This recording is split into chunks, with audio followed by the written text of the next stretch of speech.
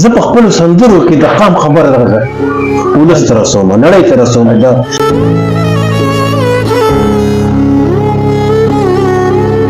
چې دی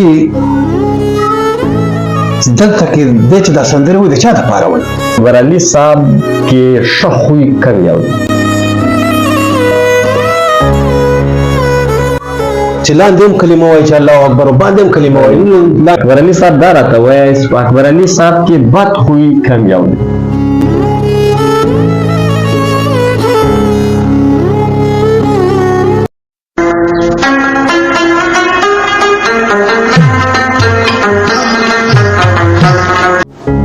راسته د پښتو څو سندرې پکې ووایو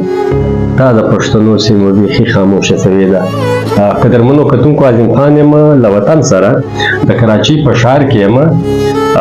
میاوالي کالونۍ ته راغلی یم. زما پر څنګ باندې د پښتو موسیقۍ یو ډېر اوچت نوم، یو ډېر نامتو نوم اکبر علي صاحب. د اکبر علي صاحب پر ژوند او پر فن باندې له ده سره تفصیلي مرکه کوو. تر ټولو له مخه اکبر علي صاحب السلام علیکم. ستړي مه شئ. وعلیکم السلام. ژوند څنګه دی؟ شکر الحمدلله. د ټولو نه خو خپلو مینوالو ته او ستاسو مینوالو ته دغه ستاسو د وطن چینل په توسط سره سلامونه وړاندې کوم، نیکې هیلې احترامات وړاندې کوم، او هر څه چې هر نوي کې چې الله تعالی دې آباد او خوشحال لري. ډېره زیاته مننه. ډېره مننه. اکبر علي صاحب څوک دی؟ د کومې سیمې دی؟ تعلیم یې شته که نشته؟ تعلیم خو زموږ د پښتنو بس لکه داسې وي چې موږ د تعلیم راته یو دشمن ښکارېږي. جی جی موږ یې کوو نه، حالانکې د مور پلار کوشش وي چې په هر حالات باندې وکړي، او هم ولې مور پلار ډېر کوششونه کوي. مرغه به زموږ خپل نصیب داسې و چې موږ نه دي کړي. تعلیم مې ډېر کم دی او تعلق مې د سوات سیمې سره دی. په قوم باندې پښتون شمخیل قام لرم. صحیح. د کلي نوم؟ د کلي نوم زموږ تحصیل مټه راځي او بیا زموږ کلی ډاګۍ. صحیح ده. د پلار نوم؟ قصاد باچا. قصاد باچا. ورونه د څوري دي؟ 8 تنه زما سره جوړ دي. 8 تنه. اکبر علي صاحب ستا اولاد بچیان؟ شکر د الله تعالی د الحمدلله 4 هلکان درجنه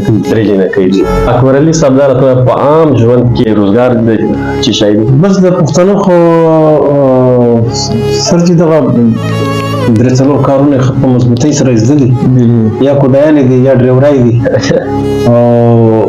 یا چوکیدارۍ دي. صحیح. نو بس زموږ پکې شکر الحمدلله بیا هم ډریوري په نصیب کې رسېدلې ده، او خپل ډریوري کوم د دې نه علاوه. سنګینګ شوق د څنګه شو پیدا؟ د څه ټیمه د پیدا شو؟ نو دا خو ډېر د وخت نه شوق و د شاعرۍ. جی جی. شاعري مې کوله، خو بیا چې کومه شاعري ما کوله نو هغه بیا چا سندرغاړو ویلې نه شوه. جی. هغه کې به ټول د انقلاب زیات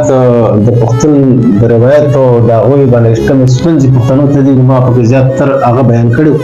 هغه چا نه شو ویلی. نو زه ولګېدم په خپله مې دغه ورو دغه خپله هغه شاعري مې په خپله باندې شروع کړه. نو چې هغه مې شروع کړه خو بیا به راسره سازنده ساز نه شو غږولی. ښه جي. زما اواز الله تعالی په داسې ځای کې جوړ کړی و چې د کراچۍ تقریبا خلکو راباندې دغه د ټکر نوم ایښودلی و. صحیح. نو هغه به ساز نه شو غږولی، نو بیا ولګېدم بیا ځان ته مې هارمونیم هم زده کړه لږه ډېره. د ټکر مجلس به وکړي سردار علي ټکر ښایي؟ جی بالکل سردار علي ټکر صاحب ښیم، ځکه چې اواز زما زه ډېر ځان ته یعنې ډېر خلکو ویلي چې ته دغه ځای پرېږده او بل ځای یعنې په بل ځای کې د خپل اواز جوړ کړه. ما یار نه جوړېږي، زه نو څه وکړم؟ نو خدای پاک راکړی دغه اواز دی او په دغه ځای کې به زمری نه خو د ځانه غوڅولی شم، نه کته کېږي نه پورته کېږي. د ټولنې لخوا د معاشرې لخوا څه داسې ستونزه شته که نه شته؟ د معاشرې د خوا خو ډېرې ستونزې دي. زه چې په کوم دا تاسو چې ناست یې دلته کې خو چاپېره لنګې کراچۍ ښار دی، کراچۍ په ښار کې هر سړی سپینې جامې واغوندي، په هغې کې د چا پته نه لګي چې په دې کې د لباس کې دننه څوک دي. صحیح. دا په قام څه دي، دا په قبیلې څه دي. جی سر. خو په څرګنده باندې د ځان یې ښه صبر سړی به ښکارېږي ته به چې د پلار په کلي کې خان نواب نیکه ته دغه دي، نور به هغه دلته د ایمان څوک خبر نه. نو دغه خلکو نه چې دغه یم چې هغه کله ناکله دغه ماشومان سره بار ماشومان کور والا راته ویل چې ته د دې نه د دې فیلډ نه قلارې کولی نو ما ورته ویل چې ښځې څه ولې ته قلار شوې څه مسله کوي چې ماشومان بار په جګړه باندې ولګي او نور ماشومان ورته اکثر دغه خبره کوي چې پلار دې ډم دی د ډم ځای ته لرې شه د دې ځای نه نو دا خبره لږ ټوټې غونته کې سړي ته خپل احساس ودرېد چې یاره زه خو زه چې څه کوم د دې اقام دپاره کوم خو ما چې کومه جګړه د اقام په سر باندې اغستې ده یا لګیا یم کومه نو دوی ته دا احساس هم نه ودرېږي چې زه د دوی سره ځکه چې زما نغمې چې کومې دي عظیم خان صاحب ما ټول عمر له د اقام له خپله مینه ورکړې ده ما چې هر څه کړي دي که زه باجغه کوم هم د قام دپاره وکړو ولې چې د قام اردو یو فلم دی زراقه او هغې کې د انګریزانو سره د دې مسلمانانو جنګ وي د مسلمانانو په ټولنه باندې پابندي ولګي چې لکه هغه د پچوالي ورته وایي چې دې کې به څوک خپلې خبرې نه کوي دې کې به څوک مجمع نه جوړوي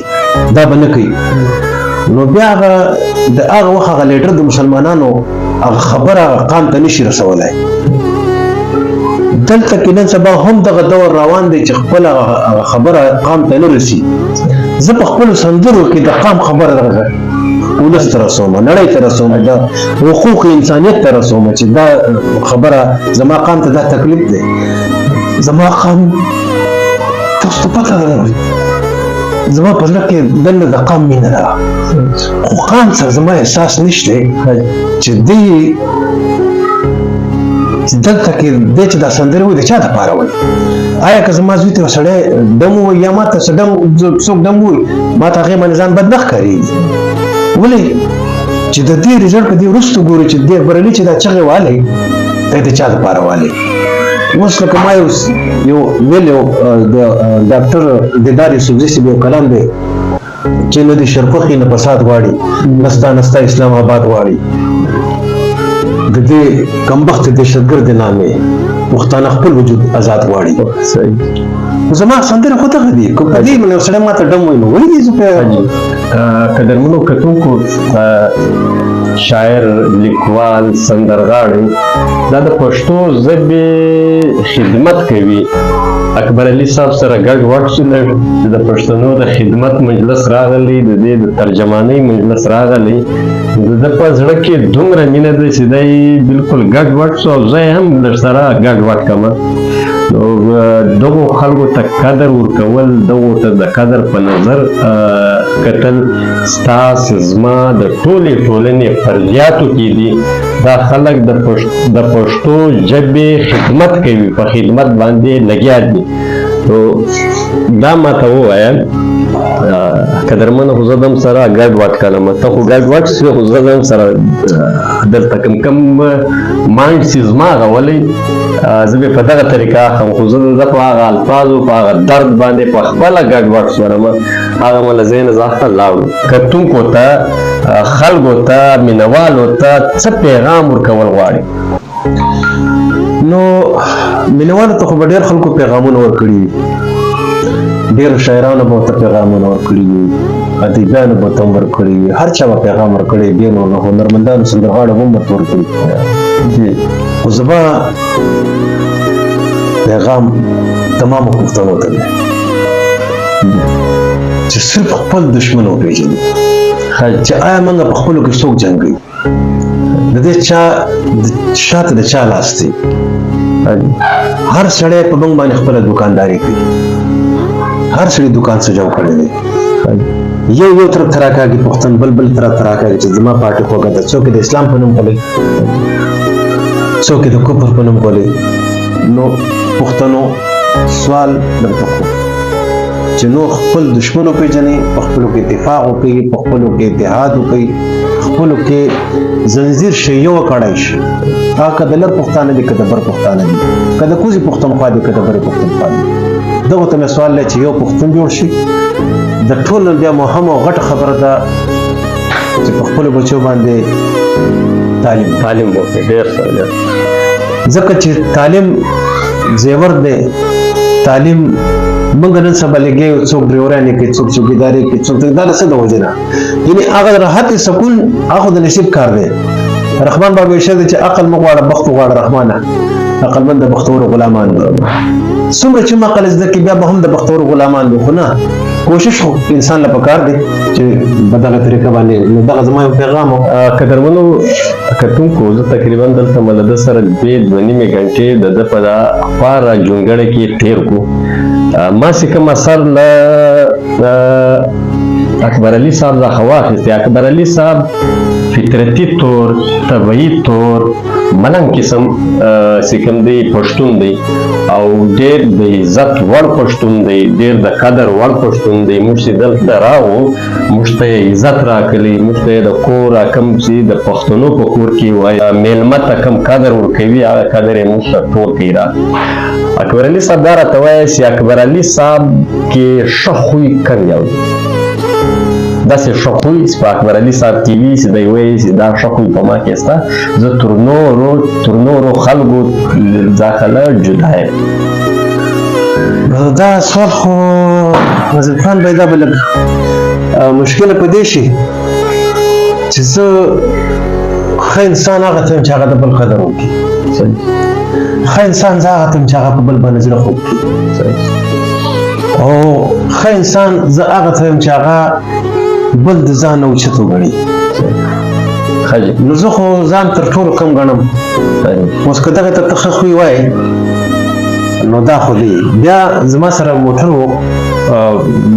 د چا موټر مې چلو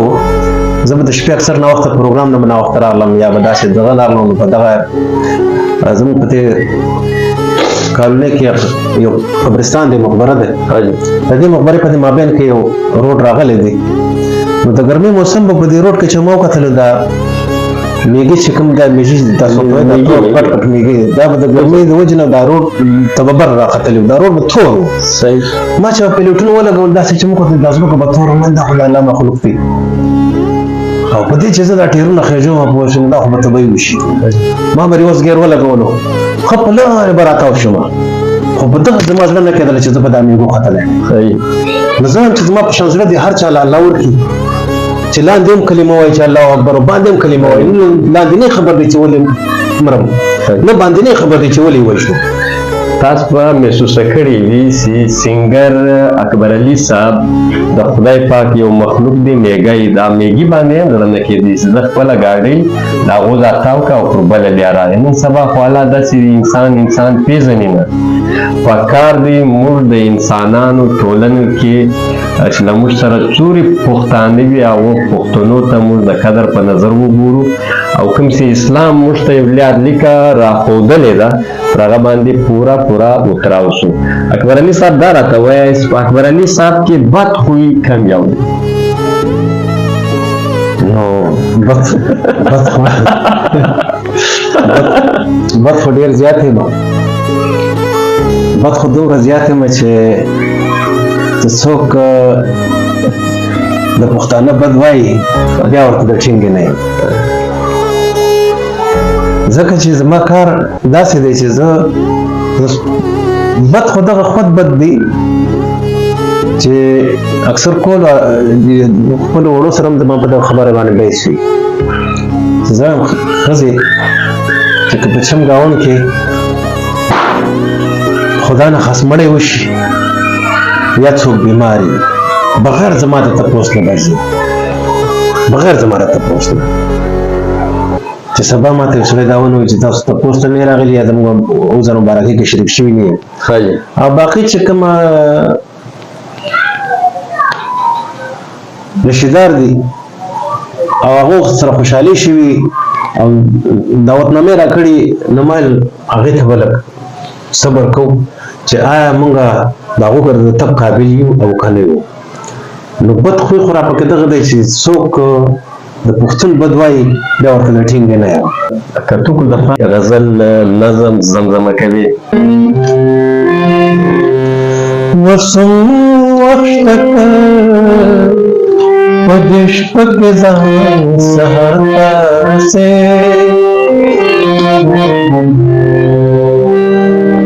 وسم وختکه په دشپک ځان سحر ته رسې لاره اوږده نه ده اشنا که منزل سرته رسې لاره اوږده نه ده اشنا که منزل سرته رسې وسوم وخشتاوی کپا دشپک ځان سحر ته رسې لاره اوږده نه ده اشنا که منزل سرته رسې زه څومره ویم په مینه مینه چې مین پتا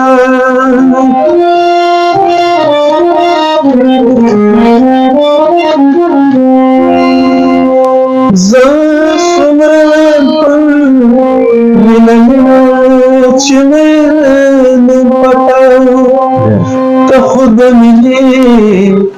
محبت خبره شرته رسې ته خو د مینې محبت خبره شرته رسې لاره اوږده نه ده اشنا که منزل سرته رسې وای زه تا به ډکول راته جامونه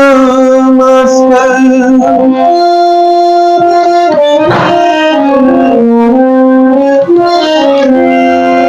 وای زه تا به ډکول راته جامونه ماسته زما استاده مسله سلې درته رسې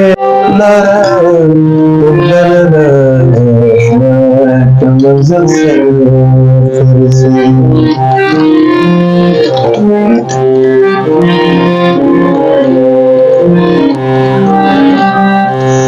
زه اکبر علي اکبر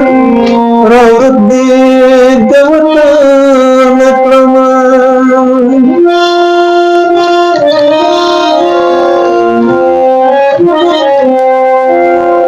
زه اکبر علي اکبر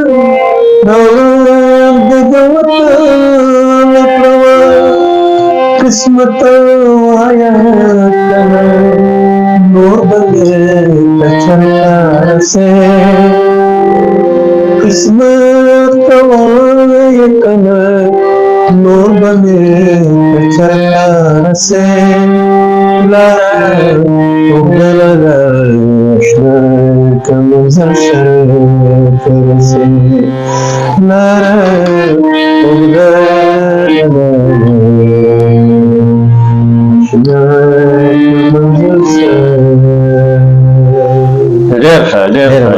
ډېره مننه دا و د پښتو سندرغاړي اکبر علي صاحب چې له تاسو سره موږ د ده مکمله تفصیلي مرکه وکړه تر بل پروګرام پورې اجازه درڅخه غواړو د الله په امان